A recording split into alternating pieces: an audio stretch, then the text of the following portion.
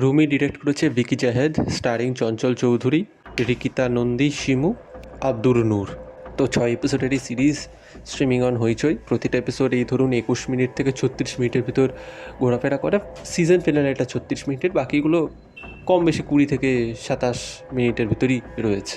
তো story paper আমি যদি ছোটো করে বলি, তো দেখাচ্ছে রুমি একজন 40 বছর ঊর্ধ্ব একজন সিআইবি অফিসার। সে একদিন তার একটা অকুপেশনাল হ্যাজার্ড হয় এবং সে নিজের আইসাইট হারিয়ে ফেলে, সে অন্ধ হয়ে যায়।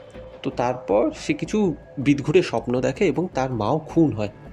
এবং ইন দ্য মিন টাইম সে একটা মেয়ের খুনের ইনভেস্টিগেশনও জড়িয়ে পড়ে। তো কে খুন করেছে, সে তার মায়ের খুনিকে খুঁজে পায় কি পায় না, সে মেয়েটার খুনিকে সে খুঁজে পায় কি পায় না, সে নিয়ে হচ্ছে 6 এপিসোডের এই সিরিজ।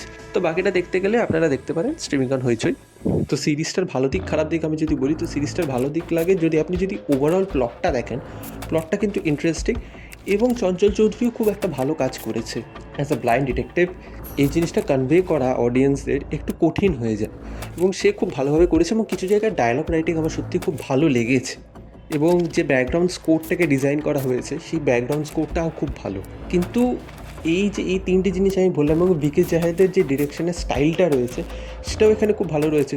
সবসময় কিছুটা কিছু আপনি হ্যাপেনিং পাবেন, কিছুটা কিছু প্লট লেভেলে হয়েই যাচ্ছে আপনাকে এঙ্গেজটা রাখবে। তবুও এত কিছু হওয়ার পরও না, আমি বলবো সিরিজটা না আমার জন্য খুব একটা ভালো লাগেনি। নেগেটিভ পয়েন্ট আমি সেটা বলছি। প্রথম কথা হচ্ছে ভিকি জাহেদ সবসময় না একটা টুইস্ট, একটা বিগ রিভিল, একটা বিগ প্লট টুইস্ট ধরে রাখে, সেটা সে ক্লাইম্যাক্সে বার করে। প্রতিটা সিরিজেই আপনি দেখবেন সেটা সে সবসময় সেই জিনিসটা করে। পুনর্জন্ম হোক কি এটা হোক, সব জায়গায় এই জিনিসটা সে করে।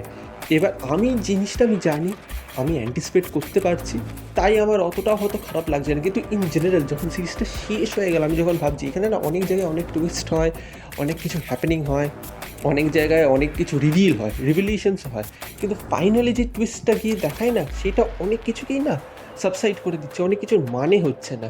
তো সেই জিনিসটা আমার সত্যি ভাল লাগেনি যে আরে তোমার হাতে যদি এত বড় টুইস্ট থাকে তাহলে এইটা তো নালিফাই করে দিচ্ছে না, এটা তো কী বলবো, হিন্দিতে বলে না বেমাতলাব কি, তো এই বেমাতলাব হয়ে যাচ্ছে। তো সেই জিনিসটা আমার খুব একটা ভালো লাগেনি। ফাইনালি আপনি টুইস্ট রাখতেই পারেন, সেটা আপনার সিগনেচারিয়াল, সেটা আপনার সিগনেচার স্টাইল, ঠিক আছে রাখুন, কিন্তু তাহলে এই বাকি এই যে রিভিলেশনসগুলো দেখালেন, এত কিছু দেখালেন, সেই জিনিসটা না একদম বেমানান হয়ে যায়। কাজে সেই জিনিসটা আমার ভালো লাগেনি।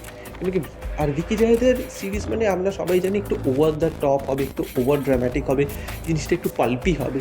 সেই পাল্প এলিমেন্টগুলো কিন্তু আপনাকে যথেষ্ট ভালোভাবে এন্টারটেন করতে পারবেন আপনি যদি ভিকি জাহেদের কাজ এনজয় করেন। তাহলে আপনি যদি তার কাজ এনজয় না করেন, তাহলে আমি বলবো আপনি এটা এনজয় করবেন না। তাছাড়া এখানে কিছু সুপার ন্যাচারাল এলিমেন্ট রাখা হয়েছে। ইনভেস্টিগেশনটা মোটামুটি কিছু জায়গায় ইন্টারেস্টিং হয়ে যায় এবং সুপার ন্যাচারাল এলিমেন্টটাও আপনাকে এন্টারটেন করতে পারবে। কিন্তু কিছু জায়গায় আমার মনে হয় সিরিজটা একটু ড্র্যাগ হয়ে যাচ্ছিলো।